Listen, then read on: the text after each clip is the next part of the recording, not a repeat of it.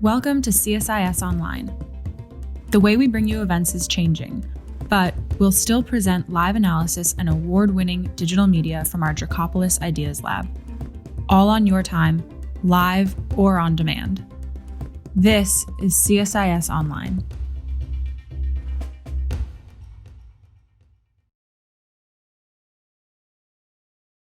Good morning. My name is Judd Devermont, and I am the director of the Africa program at the Center for Strategic and International Studies. And it's my pleasure to welcome you to our fifth and final event in the Africa Debate Series. This event was made possible through the generous support of the Open Society Foundations. If this is your first time to watch our debate, let me tell you a little bit what we're doing here today. Since November of last year, we have been hosting debates about US policy towards Africa. Our goal has been to challenge conventional thinking and approaches.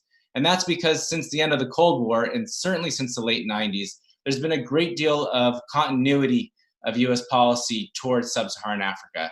Now, continuity and consistency, they all have their merits, but they do act as brakes on creativity and innovation and fresh thinking.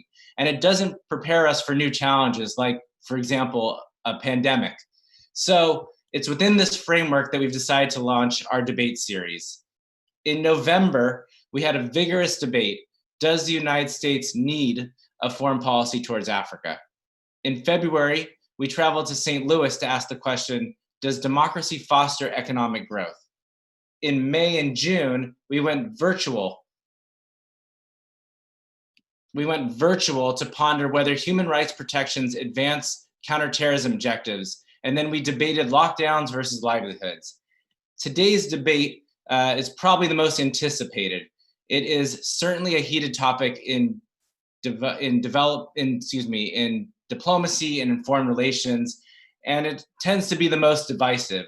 Today, we're going to debate great power competition, asking whether it is a constructive policy framework to advance US and African interests. So here's some background. The Trump administration early on identified strategic competition with China and Russia as a core objective in sub-Saharan Africa.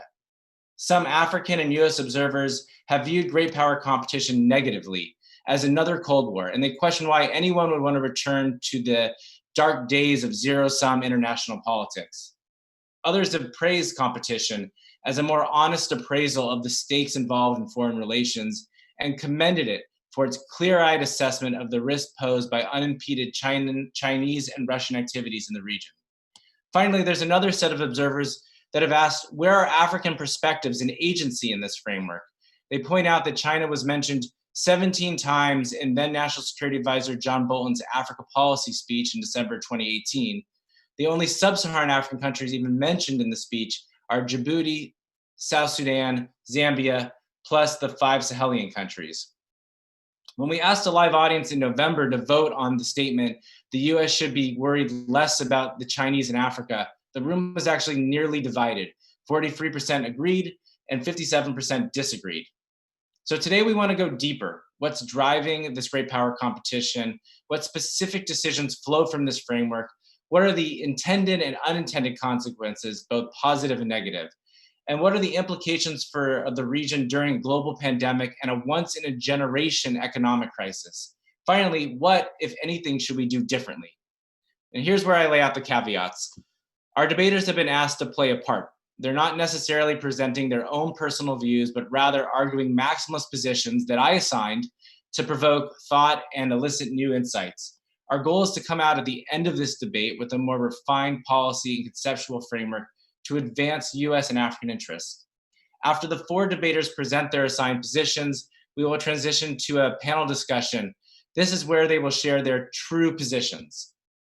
Now, my favorite part of this debate is that you, our audience, have an opportunity to vote on some of the main points presented in the debate and throw tough questions at our panelists. To do so, in a virtual setting, all you have to do is visit the event page at csis.org, scroll down to the bottom to vote on different points our panelists present. You can also click on the link to submit questions. Okay, without further ado, let me introduce our debaters. Arguing that great power competition is not a constructive policy framework is Ghana's Minister of Finance and Economic Planning, Ken Ofori-Atta. The Honorable Minister brings to the ministry over 30 years experience in Ghanaian and international financial sector. He was the co-founder and former chairman of the Data Bank Group, an investment banking firm in Ghana. He was the executive chairman from 1990 until his retirement in 2012. Prior to co-founding Data Bank in 1990, the minister was an investment banker at Morgan Stanley and Salomon Brothers on Wall Street in New York. And I commend everyone to read his piece in the Financial Times, What Does an African Finance Minister Do Now? Joining the Honorable Minister is Gail Smith. Gail is the president and CEO of the One Campaign. She served as a top advisor on development issues for 2 American presidents and is one of the world's leading experts on global development. During the Obama administration, Gail was a USAID administrator and earlier served as a special assistant and NSC senior director for development and democracy, which is where I had the pleasure of first meeting her.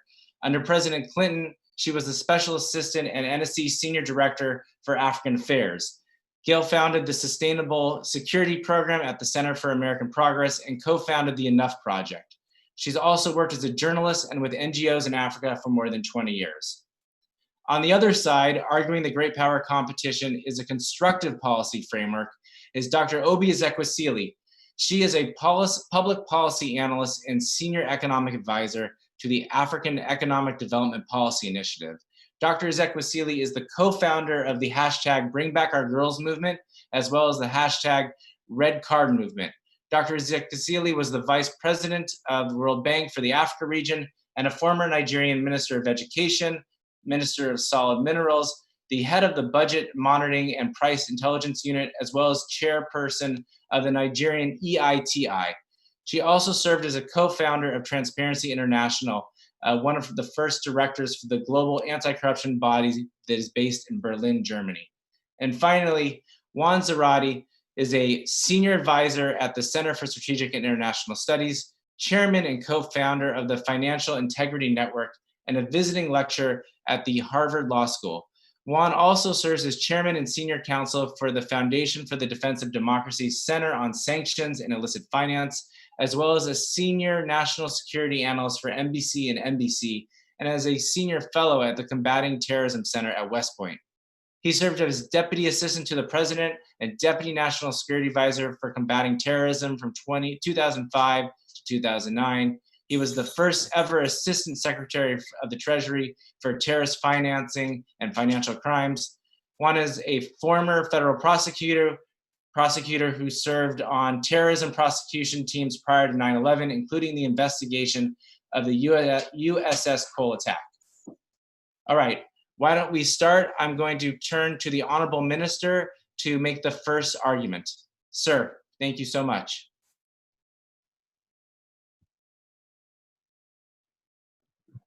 Thank you very much indeed, and it's really an honor to be invited to this panel. Let me also thank CSIS for its excellent work. We in Ghana in 2017, April, when we had just come into government, invited myself and the Vice President for one of your panels, and it really outdoored our government and began to build trust and the policy credibility in what we were doing, and to signal that truly Africa was going somewhere and has been until this pandemic. But it's also very difficult to be on the other side of Obi. I've never won an argument with her, so I don't know why I'm in this state. But thank you very much. I mean, I think, it's very difficult to believe that this kind of power game is constructive for Africa because we were all witness to 60 years of it. And we have essentially been a chessboard for this great power competition. And I dare say that the statistics indicate that it hasn't helped us in any way. So truly, I do not feel that we need a repeat of this dynamic between the US and China, which is raging at this point.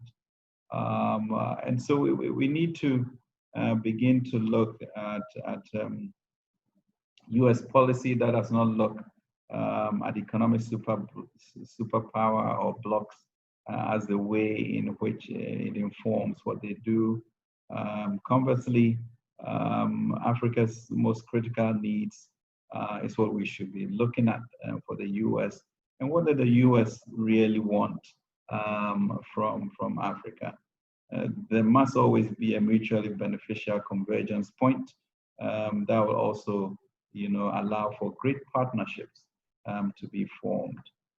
Secondly, life's continents, Africa's most critical needs are infrastructure, which requires a certain type of financing that I do not believe that the current global financial architecture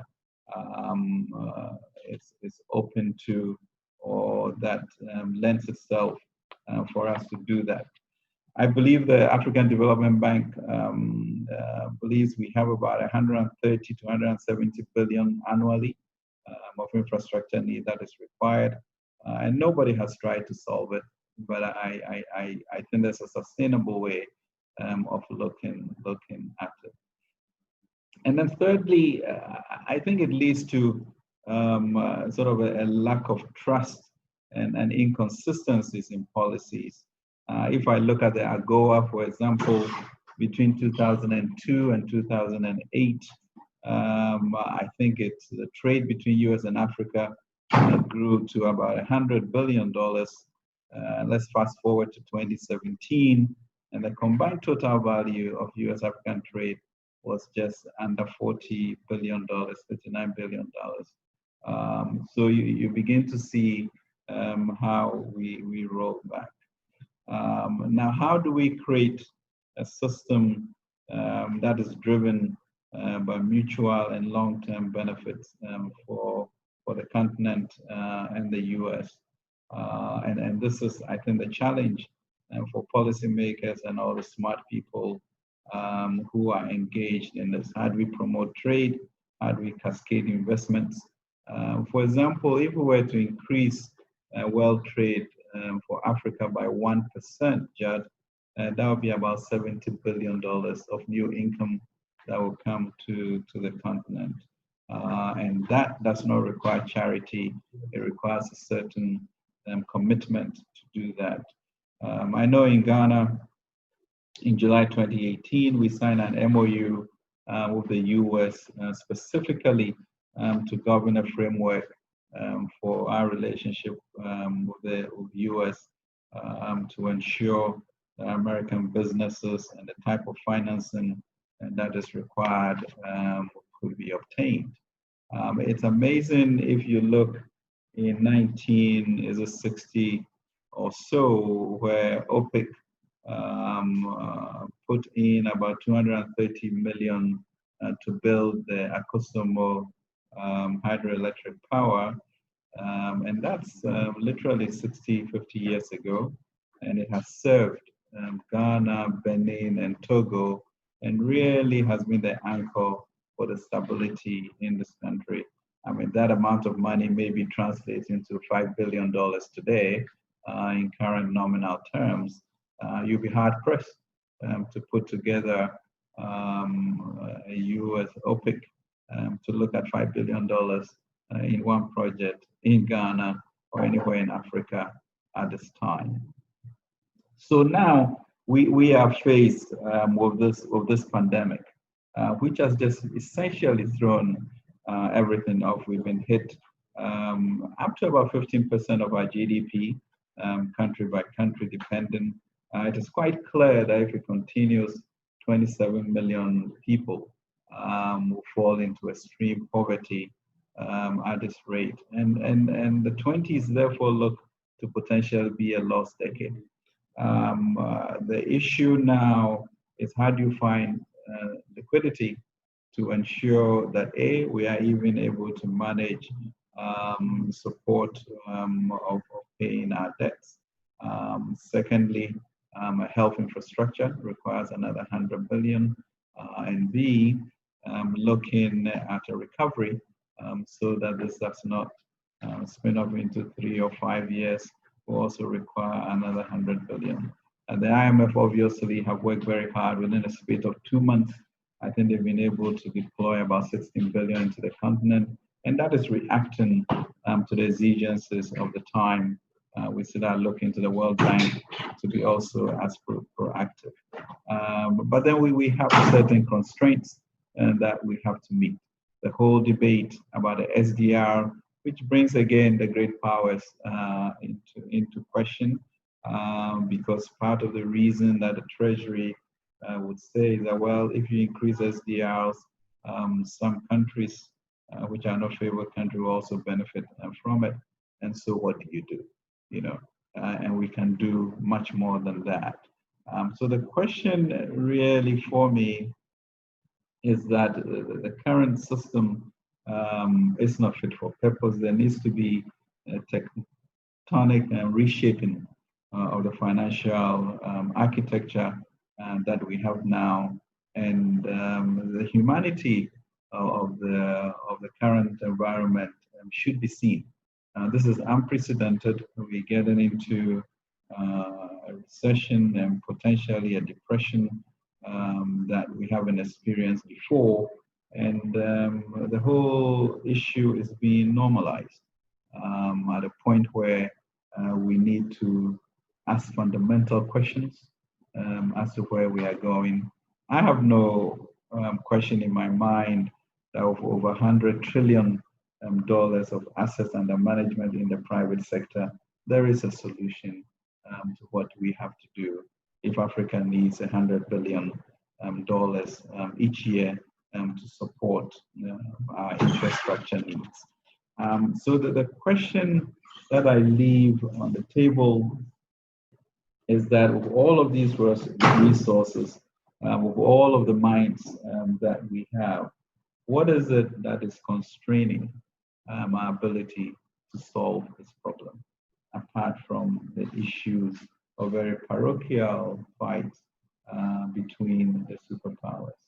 And that is what I'll leave on the table. We African finance ministers have worked through the questions of the SDRs, the issue of creating a special purpose vehicle to accelerate our entry into the capital markets where we are at, to ensure that there will be adequate resources to do that. And I just challenge those against the increase in SDRs to ask a fundamental question as to where Africa would go if we don't all put our shoulders to the wheel. Jad, the reality is that by 2050, Africa would be a quarter of the world's population, have the largest youth that is required for growth, and we need to intervene now and get beyond the power games that seem to be shaping the direction that we are currently going. Competition is good, but negative competition that does not lead to the development of the continent is not what we are all looking for. There has to be a certain economics of mutuality that understands that the old pillars of power and just commodities and resources may not be the most effective way for productivity on the globe. Thank you. Thank you, Honorable Minister. Excellent start. Let me turn to the other side to Dr. Zachary Celia.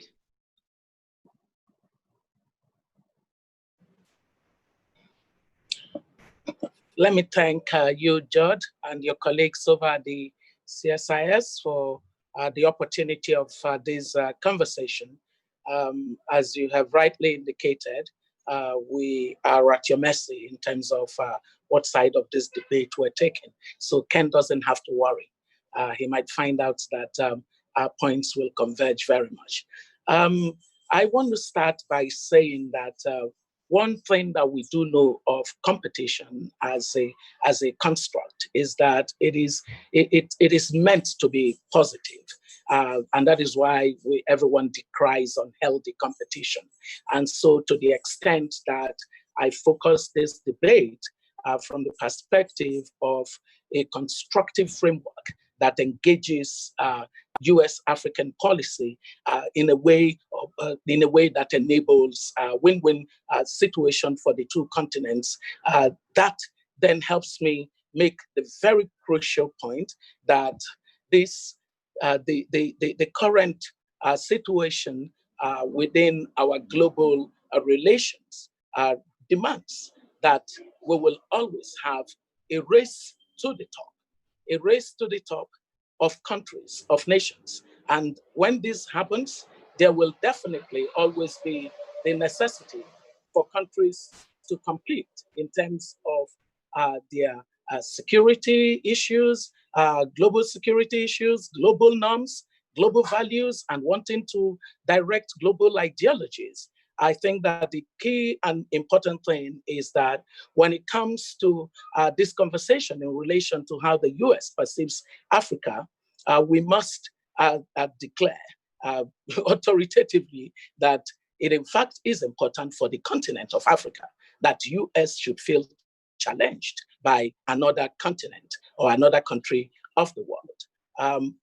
So my number one point would be that our world has changed in very profound way from what we used to know and from what history taught us. Today's competition, great power competition, as it were, being defined as between the US, China, and with Russia standing by its side rather, is one that we would frame from the perspective that it does not and will not resemble what we had with previous global power or competitions. The reason being that in today's own context, Africa does not resemble the continent that it was during the Cold War and the competition between US and Russia. Neither does Africa look like what it was when the decline of the British Empire and the ascendancy of the American Empire or the American state happened. And therefore, what Africa stands to gain from a competitive framework in the design of US-Africa policy is that the US will be dealing with an Africa that has come to a place of uniqueness and understanding of its own needs and aspirations. And that definitely is an important factor for a good foreign policy by a nation that avers itself to be interested in global progress, not just its own progress. The US portends often that the openness of economies around the world would lead to economic progress of the entire world, and that driving the process of economic prosperity is a key and fundamental objective of the US policy globally. If that is the case, then anything that supports the economic progress of our continent should be a very positive basis to frame the African policy within the US bureaucracy. The second point is that how great powers are perceived by Africans today in our governance space has clearly changed significantly. Most Africans wouldn't take the position of the US or take the position of China. Most Africans would take the position of Africa. And so what matters for most Africans, therefore, is that this independence of thought, that there is African interest that needs to be framed within the construct of who gives the best and at what time is critical and crucial for the way that ultimately the US African policy is constructed. The third point is that this matter of great power competition, which sort of looks at how two countries that have amassed enough military power and economic power can then begin to compete amongst themselves in strategic areas. It does not. It helps in many ways to also signal that we are at a point in global development where there is a new conversation to be had. If for that new conversation to be had, we need the two powers showing exactly what the frame of their thinking is. And so a competition-driven approach enables each of these countries to put their best foot forward. And in putting their best foot forward, Africa's interest is better served. The fourth point that I'd like to make is that for this kind of competition, the issues of multilateralism and cooperation and collaboration versus conflict will necessarily come to the table. And since we have seen over the last almost a decade and a half now, a rising tide of protectionism, of nationalism, and of anti-globalism, it is important that this construction of a U.S.-African policy based, being driven, taking a competitive lens is crucial, because the U.S. will come to the understanding that the unipolar world in which it's dominated is no longer a basis for engagement. That kind of globalization is not the globalization that the rest of the world wants. And because it is not, it means that there are many issues that would come under negotiation. For example, I know that most Africans running open economies and being driven by capitalist philosophies in the management of economies look at the US and they look at countries that have run purely capitalist models of development and have seen that capitalism is in fact broken. And because capitalism is broken, even though it has generated the best economic output and outcome and impact for the entire world, there is that necessity for a conversation around it. And so in the designing of a new US-African policy, it would be important that that policy frames this understanding of capitalism that has come under scrutiny and is losing its legitimacy, but which is still important as a framework for managing economic activities for optimum outcome. And then when you look at the historical ties that the US has had with Africa, is it not really a shame that we come to a place where the US at all feels threatened about the presence of another country on the continent of Africa? It is a failure of past foreign policies toward Africa, or past policies toward Africa, that leads the US to feel threatened by Africa's engagement with any other country. And that's because the US missed the plot. And what I want to clearly state is that for the US and Africa, the ties go as far as the 17th century, when the first set of captives arrived in the United States. Why is it that in the year 2020, we are having to talk about Black Lives Matter?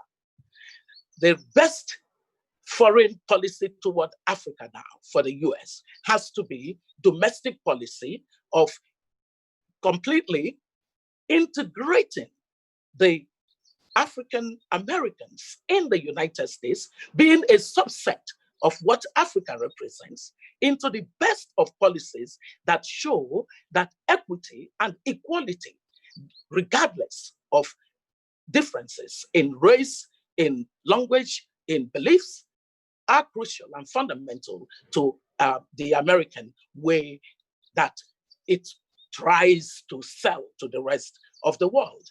And so Black Lives Matter is really an indication that the best foreign policy is the right domestic policy. So the right domestic policy that Africa would look to the US to see would be what it does with our brothers and sisters on its continent.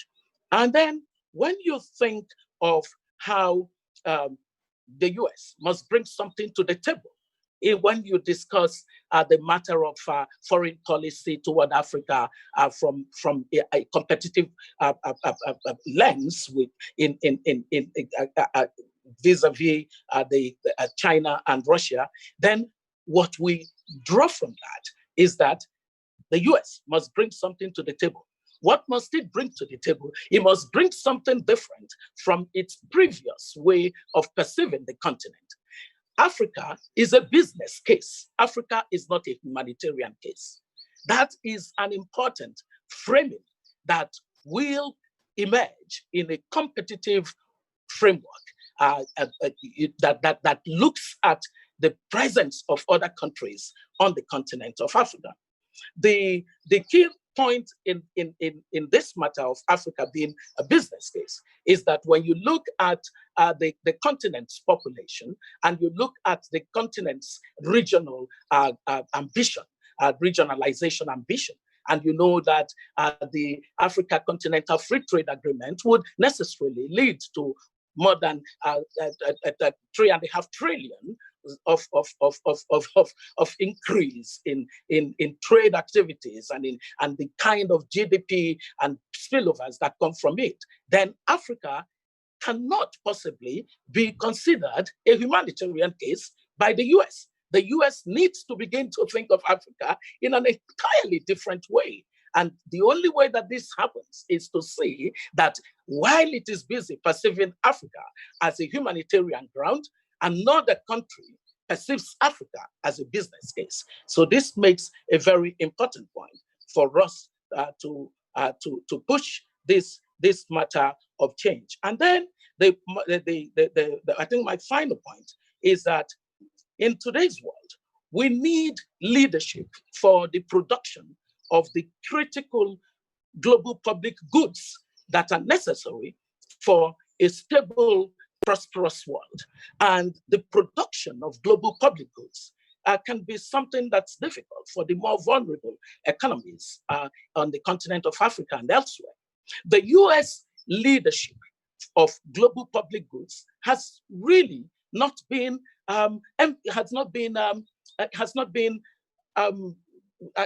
sometimes my English fails me. I'm trying to characterize it. It hasn't been worthy. It has been less than worthy. It has not been as noble as it should be. The global public goods, whether it has to do with the environment or it has to do with health, it has to do with property, the issue of peace and security, there is a role that the leading economy of the world must constantly play in building the collective power and effort toward these cross-border public goods. And for us to be able to get that level of effectiveness in having the right sets of global public goods that Africa and Africans need in order to be the best that they can be and contribute their optimal to our global world, the US needs to feel a sense of competition. And that competition would willy-nilly drive the US to build the kind of coalition that is necessary in order for it to retain that sense that it is indeed a leading country in the world. Let me end on the note that for sub-Saharan Africa, I think that the way that the US shapes its policy going forward will determine how well the US does in the 21st century. Africa will determine how well the US itself does And by the end of the 21st century, the continent right now is estimated to be the only continent which by 2035 would still have the largest concentration of poor people. And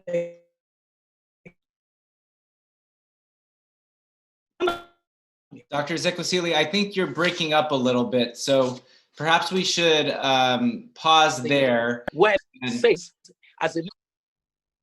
okay, you were breaking up. So I end on the note that Africa is where the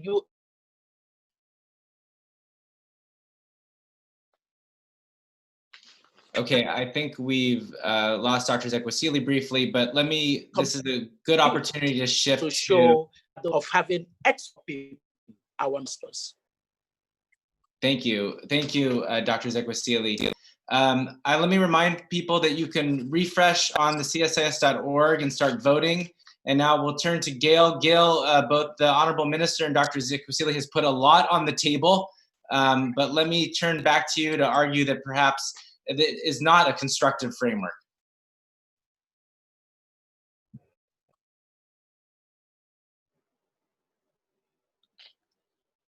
I think you're on mute, Gail.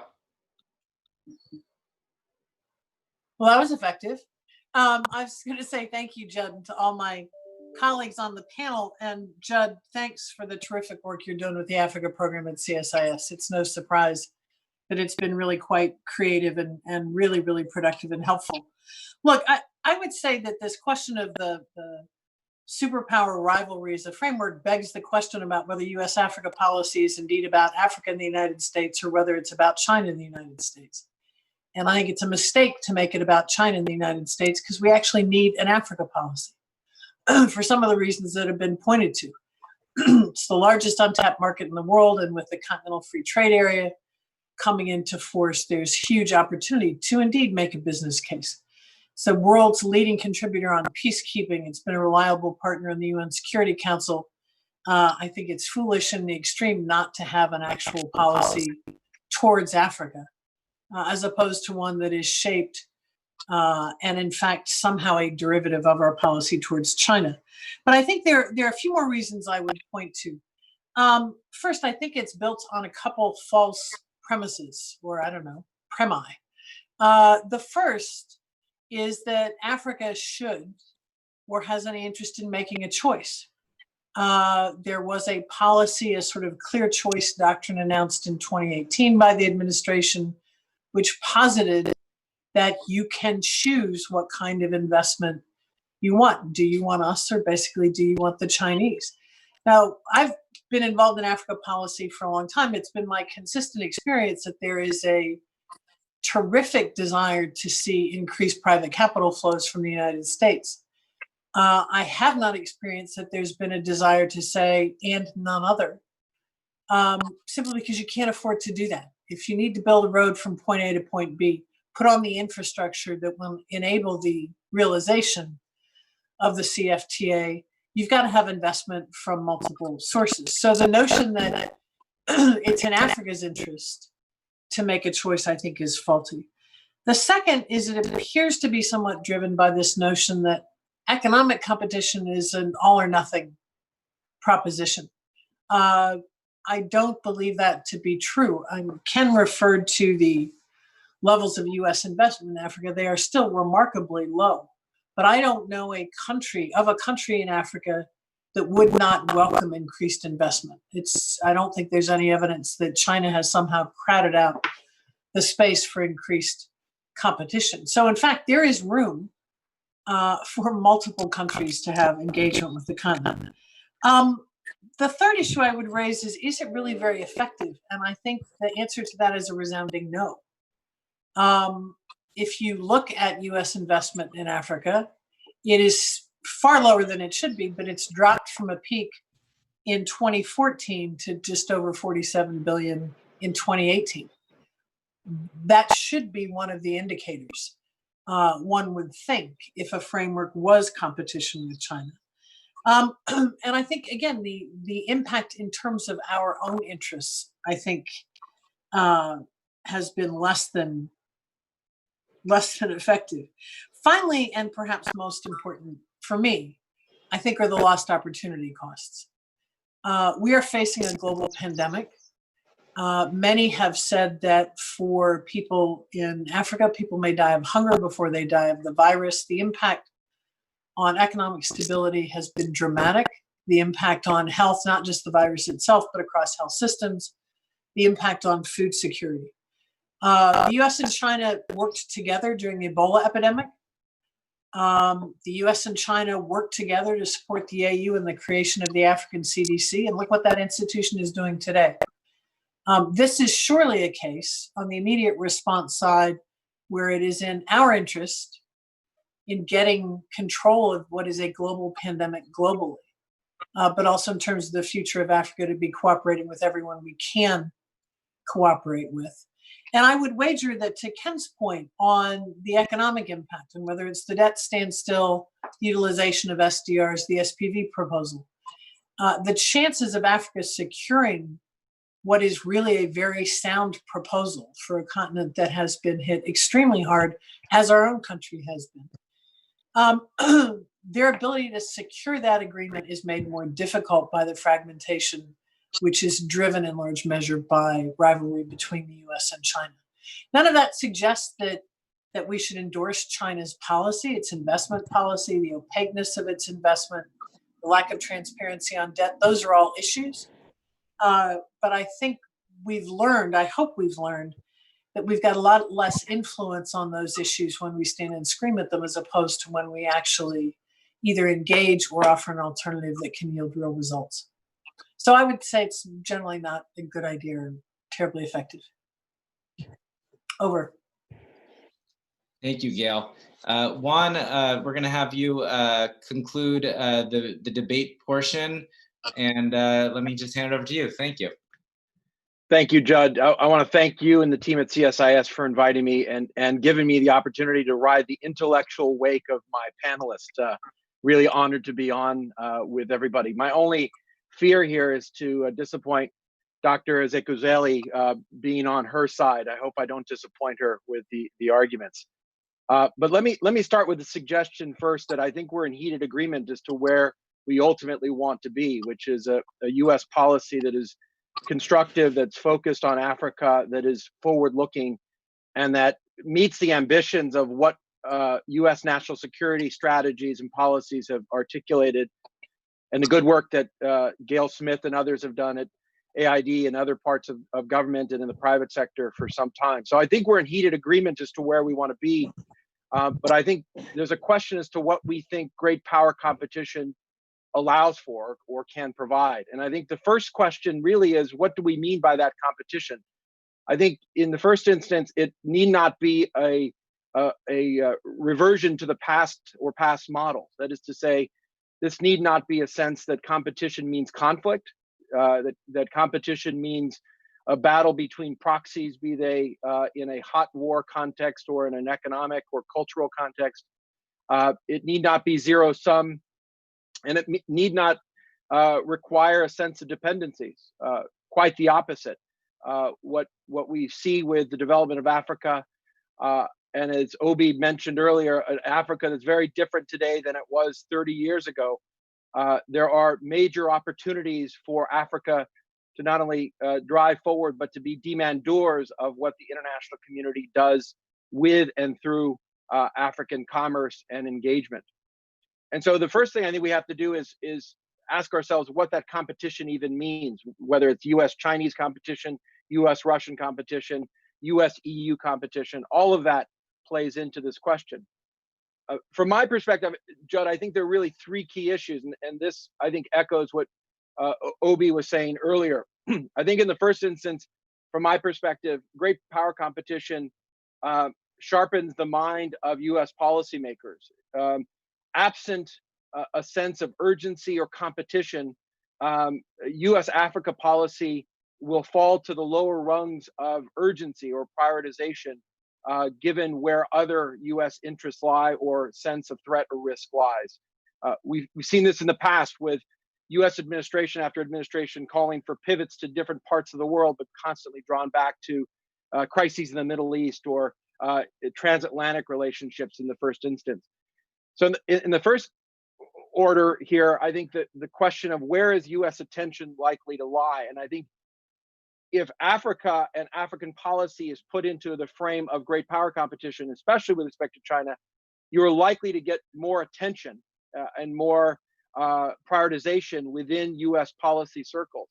I think you've seen that in recent days with the sense of threat and competition from China on the health security side, the sense that mask diplomacy is challenging U.S. primacy on health security in Africa has been a major challenge. And you've even heard Secretary Pompeo, Secretary of State, talk about the U.S. not being outgunned or outmatched in terms of its aid to Africa and its work in Africa. We'll have to see if that plays out, but the reality is that the competition from China is forcing that very question within U.S. policy circles. A second key issue, Judd, is that with the competition that we are talking about, which isn't just a territorial competition, isn't a military competition, but is a broad economic competition from the likes of China, you have the possibility of a broader set of policy engagements beyond just threat, risk, or other vulnerabilities that have tended to define what U.S. Africa policy has prioritized. This again gives the opportunity for U.S. policy to begin to match the hope and promise of what the continent represents, the demographic boom, the innovation that's happening in different pockets of African countries and economies. And so the breadth of challenge from China, from an economic perspective, allows Africa then to become a demandeur of what not just China, Russia, and the US do in Africa, but what other countries can do. This also plays out in obviously the trade context, but even in the cultural context, where the US has to begin to worry about the perception of American values. Obi mentioned this directly in the context of domestic issues in the United States. The US has to then focus much more directly on the perception of the United States, its cultural values, its moral values, its principles out into Africa as a result of this competition. Absent that competition, the US would be less attendant to those types of questions. And finally, I think perhaps most importantly, and this goes to the minister's very good points about the need for more creative reform and thinking in the financial domain, I think competition brings creativity. I think the challenge with US Africa policy is that it has tended to be much more static. It's been captured by particular modalities, authorities, even traditions as to how that policy plays out. And with competition comes the necessity of greater creativity with how we think about partnerships, what those partnerships look like, not just state to state, but with non-state actors, the private sector, NGOs. It requires us to think not about dependencies, but about proactive partnerships for creative purposes. And it forces us to think about different domains. When the US looks at where Chinese loans are going and what those investments look like in the transport sector, the power sector, the mining sector, communication sector, the US now has to begin to think about how to compete competitively, creatively in those domains, and what tools can be brought to bear, what partnerships can be brought to bear, perhaps in ways that aren't as traditional or part of the foreign policy orthodoxy. This has to do as well with thinking about new payment systems, new financial systems, as the minister mentioned. The development of new technologies. I think we've seen this with the question of 5G technologies around the world, where the US has had to be much more aggressive and creative about thinking about alternatives to Chinese-based Huawei systems around the world. Absent that competition, the US would not be involved in that kind of debate. And finally, I think, as Obi mentioned, there's a challenge of international standards that China represents, the competition around what the future of the use of data and surveillance tools, what anti-corruption standards look like, what bioethics standards should look like, what constructive capitalism looks like and respect for the environment and environmental rules. All of these are standards that are being challenged globally, but are playing out obviously in the African context. And I think the fact that the US has to compete to define those standards with partners on the ground gives Africa an opportunity to shape those standards, not just in an African context, but on a global stage. That again is an opportunity for some creativity and for African countries and African communities to be demandors of the United States and not just pawns in some broader global competition. So at the end of the day, I think global competition, whether it's with China or others, forces the United States to be more focused on Africa and its policy, forces it to broaden the scope of its policies, and it forces it to be much more creative as to how it engages with its African partners. At the end of the day, I think that competition will be important for the US and Africa. Great, thank you so much, Juan. We are going to show the audience voting, and then we're going to do a lightning round of questions, and we're going to have a hard stop at 10 o'clock to be respectful of everyone's time. So Topaz, can we bring up the screen? This is the cross finger time that everything works.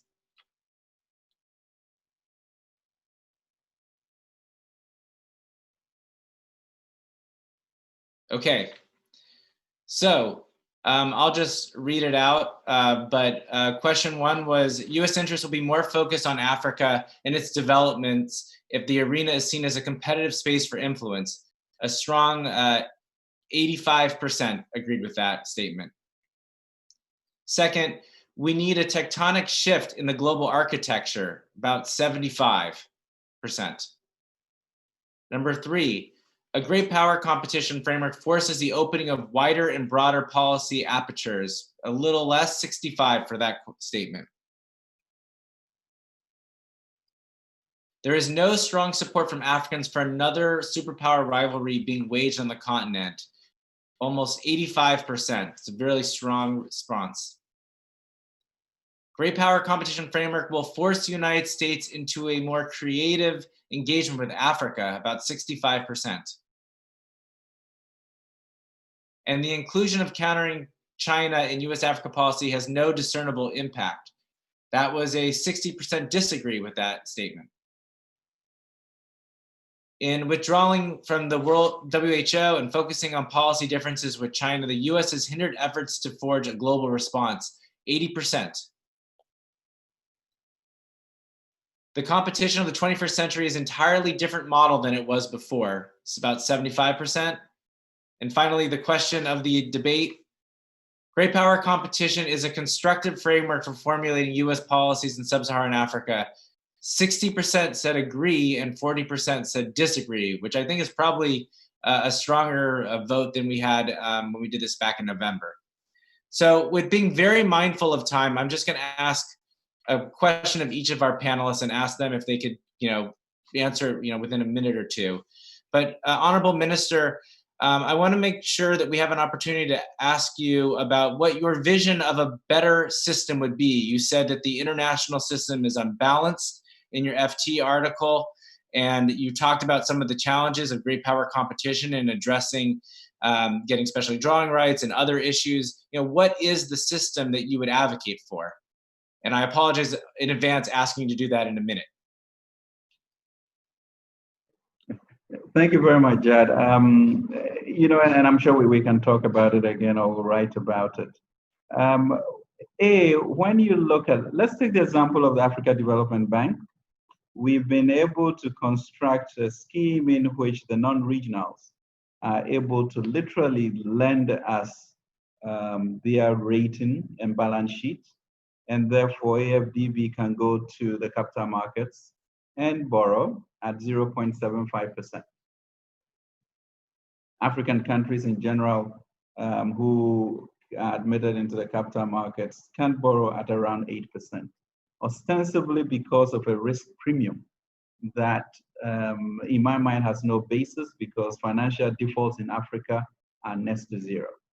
Now, when we say that Africa is paying $44 billion of debt servicing a year, it means that literally we could be paying about 5 or 6 billion.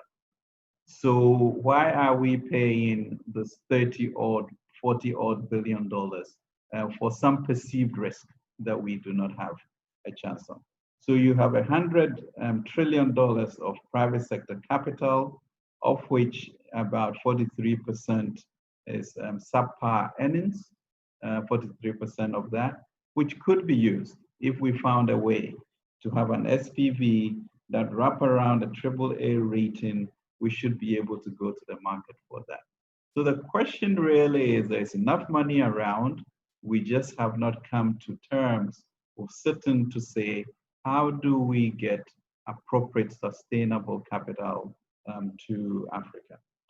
So it's that type of thinking that I would like us to have, and we'll realize that the world will be a much better place for everybody. Thanks, Minister. That's a great point.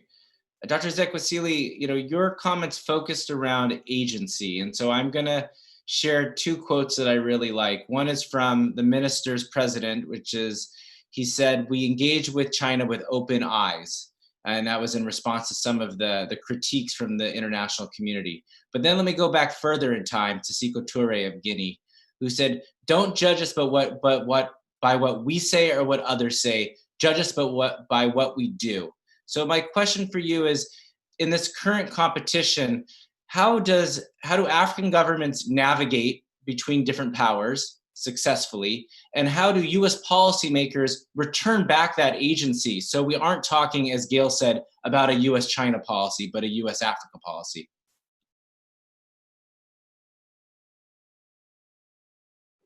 I think that that imposes a lot of responsibility on the part of the leaders as well as the citizens on our continent. We have to frame the rules of engagement that we want with any part of the world whatsoever. I think that the overriding interest of our continent is what must consistently drive any conversation we're having, whether it is with China or it is with the United States. Whenever our values coincide, we will go with that. Whenever it diverges, we should not go with that. And that should mean that we need to have effective governance systems within the continent, because with that capacity of the nation state to deal appropriately with others, we will definitely get the better outcome for our people than when it is driven by a bunch of fellows in government without any kind of deep and fundamental basis for determining what's the overriding interest of our nations and our continent in general. And for those in the US, I think that the reality is right on your doorstep. It is not just going to be China, It is the fact that even within our continent, when you look at the ingenuity of our young ones in the world of technology and innovations, the US is going to miss big time from that if you continue to look at the continent from the lenses of a humanitarian ground. An excellent point. Thank you for that. Gail, I want to ask you about, it seems to me when I talk to people about China in Africa, it seems that they're only able to say what's negative about China. And if to say anything positive about China contributions would be to undermine the thesis. And, it's possible to walk and chew gum at the same time, to talk about the negative things and to carve out the things where we need to cooperate. So I wanted to get your thoughts on, as a senior policymaker, how do you do that? How do you sort of focus on things that you need to counter for US or African interests, and then find spaces to compete? And then I think that you alluded to this, but there's a global picture here. And it seems that the US has sort of walked away from our multilateral partners who probably share a similar assessment about some of the negative and positive things that great power competition means. I'll answer that by telling you how, when I was in Europe, I was at the Robert Bosch Academy. And I'm sorry, Obi, I was directing that to Gail. It wasn't for me. Sorry. But now I'm anxious to hear the response. Maybe if we have a little more time. Gail, can I turn to you? Okay. Yeah, I'd throw out a couple things, Judd. I think there is a tremendous concern about, I think, the style of Chinese economic engagement with Africa. And I think, yes, the way one describes healthy competition, competition for quality, for effectiveness of investment, that's, I think, a perfectly fine thing. But I think there are a few differences. China has a plan, and it's been widely criticized, the Belt and Road Initiative, and a lot of that criticism is absolutely fair. But they have a plan, and I think the rest of the world doesn't. I think China has, however, sent the message on the global stage that Africa is an investment opportunity worth exploring, because when China makes all these big announcements, I think we get two reactions. One is, oh my God, look at what China's doing. And the other is, well, wait a minute. If China is putting this much money into the continent, understanding they have their own national interests at heart, but maybe that's a market we need to look at. I do think you referenced, Judd, there is the focus on the negative.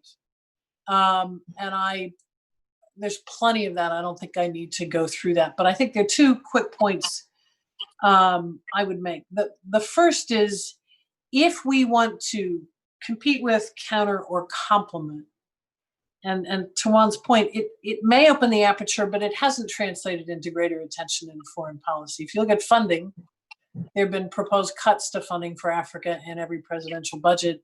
The big initiative, Prosper Africa, has got $50 million. So it hasn't done that yet.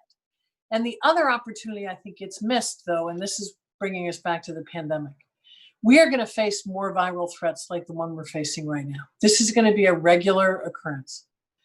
And looking at what the African CDC is doing today, looking at the cooperation between the US and China to support that, I think that's a positive. That's an area we should be engaging with China to move very, very quickly on some of these transnational threats that, whatever our differences on economics, on politics, on democracy, there is absolutely room for cooperation. We should seize it. Thank you, Gail. The last question will be to Juan, and I appreciate everyone just hanging out for just a couple more minutes. But, and Juan, I want to give you an opportunity, if you have other, positions that you sort of are playing that you can reveal. But, one of the challenges about sort of having a China focus, if all of the inputs are constructed around China, it's not impossible, but it is particularly difficult to have outputs that are broader than that. And we can see that, there's a number of things that have been sort of the mainstays of our Africa policy that have really gotten short shrift, in part because it's not a space where China is being competed against. So in your view, how do you, have this healthy competition, but also make sure that we're doing the things that are true to our values and doing those things that are in our interest, regardless of whether China is there or not? Well, John, it's a great point. And there are limits to the argument I was making sort of in maximalist form, of course. And I share the frustration that Gail has just expressed about sort of the intentionality not meeting the realities of our budget or our focus. And I do think it is a shortcoming of having the great power competition be the only frame through which we view our Africa policy, in part because that in of itself is reactionary, right? And how we view Chinese activity then begins to define how we are interacting or how we view potential opportunities. Another problem, Judd, and it's something the Africa program's done incredibly well under your leadership at CSIS, you're mapping Chinese activity, for example, port investments. And the challenge with the way the US views Chinese investment, not just in Africa, but around the world, is that these are multi-purpose types of investments. And so it begins to limit the ability to cooperate with China. So it's very unlikely the US is going to cooperate on a Chinese-led port project in West Africa, simply because there are such grave suspicions about what China is doing with and through those port operations. On issues like health security, on perhaps counterterrorism, other things, there's room for cooperation. But viewed through the great competition lens, there are limits to how far the US would be willing to work with Africa and China, which then begins to limit opportunities. And Judd, finally, to your point, the US, I think, should be viewing Africa as a huge arena of opportunity, not just competition. And this goes right to what the minister was saying, what Gail was saying, what Obi was saying. There's so much promise in terms of innovation in Africa, and the trap here is that the competition with China actually doesn't allow us to see the continent through that creative lens, right? I tried to make the argument the other way, but I think that one of the traps is we don't see the creative possibilities with our African partners if it's just viewed through the lens of competition with China. Great, thank you. Let me thank our distinguished panel for being so game to this debate. Yeah, Minister.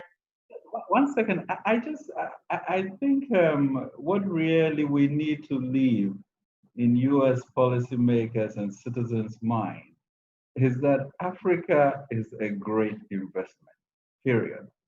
And from that point of view, I think we'll start changing our lens and our framework, and also considering the link between African Americans and Africa. There's also an added need for a certain recalibration as to what that relationship is. And US's superior economics has always been there. I think there seems to be a certain spiritual stupor, or people have gotten lost in the maze and therefore are not looking at this continent as a great friend for the future. And that's a problem. Thank you very much. I'm sorry for cutting it. No, that's actually how we should have ended this, how we should end this conversation. So please, thank you so much for that final intervention. Again, thank all our distinguished panels, very busy, with great experience, and I hope we've added to people's thinking about what our policy should look like. Have a wonderful day.